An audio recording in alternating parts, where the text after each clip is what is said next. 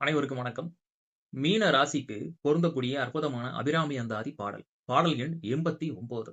எதற்காக இந்த பாடல் மீன ராசிய தொடர்புபடுத்தும் அப்படின்னு பார்த்தீங்கன்னா, 12 ராசிகள்ல 12வது வரக்கூடிய ராசி தான் மீன ராசி. அந்த மீன ராசி நம்முடைய மோட்சத்தை குறிப்பிடக்கூடிய இடம். லக்னத்திலிருந்து 12ஆம் பாவத்த ஜோதிடத்துல நம்முடைய மோட்சஸ்தானம் அல்லது மறுபிறவி ஸ்தானம் அப்படின்னு சொல்லுவோம். ஒரு மனிதன் இந்த பிறவிய முடிச்ச அடுத்த பிறவிக்கு போறானா, இல்ல பிறவிய விட்டு மோட்சத்துக்கு போறானா, வீடு பேறு அப்படின்னு சொல்லக்கூடிய இடம் தான் இந்த 12ஆம் பாவம். அப்படி காலபுருஷன் லக்னமான மேஷத்துக்கு 12வது பாவமா வரக்கூடியதான் மீன ராசி. அந்த இடத்துல அறிவை குறிக்கின்ற புதன் செயலிழந்து போவத நம்மளால பார்க்க முடியும். இந்த பாடல்ல வரக்கூடிய அடையாளங்கள் எல்லாமே மீனராசிக்கு பொருந்துவதாக இருக்கும். அதாவது ஒரு மனிதன் அறிவை இழந்து, சுய நினைவை இழந்து எப்படி இருப்பான்? அந்த தூக்கத்துல தான் என்ன பண்ணுவான்னா, ஒரு மனிதனுடைய அறிவு வேலை செய்யாம ஒரு மனிதன் அயர்ந்த நிலையில இருப்பான். இதுக்கு ஞானத்தினுடைய பாதையில அ நம்முடைய சிவஞான போதம் என்ன சொல்லுதுன்னு கேட்டீங்கன்னா, இத வந்து துரியம் அப்படின்னு சொல்லுவாங்க. அதாவது இந்த பாடல்ல வரக்கூடிய பாடல்களை ஞானமுடையவர்கள், ஞானத்தின் பாதையில பயணிப்பவர்கள் படிச்சாங்கன்னா, இந்த பாடலுடைய உட்பொருள் அவங்களுக்கு எளிமையா புரியும். இருந்தாலும் பொதுமக்களுக்கு நம்ம இந்த பாடல மீனராசியோடு எப்படி தொடர்புபடுத்தணும் அப்படிங்கிறத சொல்றோம். "சிறக்கும் கமலத் திருவே! நின் சேவடி சென்னி வைக்க, துறக்கம் தரும் நின் துணைவரும் நீயும், துரியமற்ற உறக்கம் தர வந்து" இதுதான் வந்து ரொம்ப முக்கியமான வார்த்தை.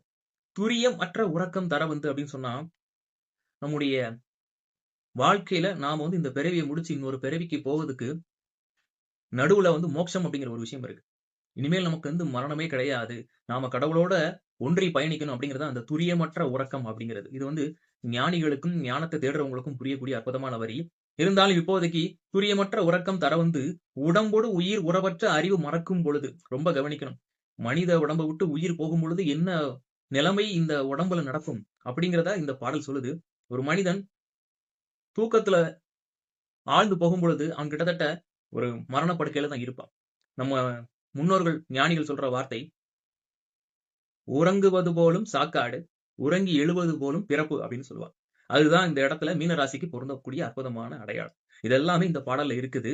அதாவது துரியமற்ற உறக்கம் தர வந்து, உடம்போடு உயிர் உறவற்ற அறிவு மறக்கும் பொழுது, இப்படிப்பட்ட நிலையில என் முன்னே வரல் வேண்டும் வருந்தியுமே அப்படின்னு சொல்றாரு. எப்படி வரணுமா? அதாவது "சிறக்கும் கமலத் திருவே! நின் சேவடி சென்னி வைக்க, துறக்கம் தரும் நின் துணைவரும் நீயும்."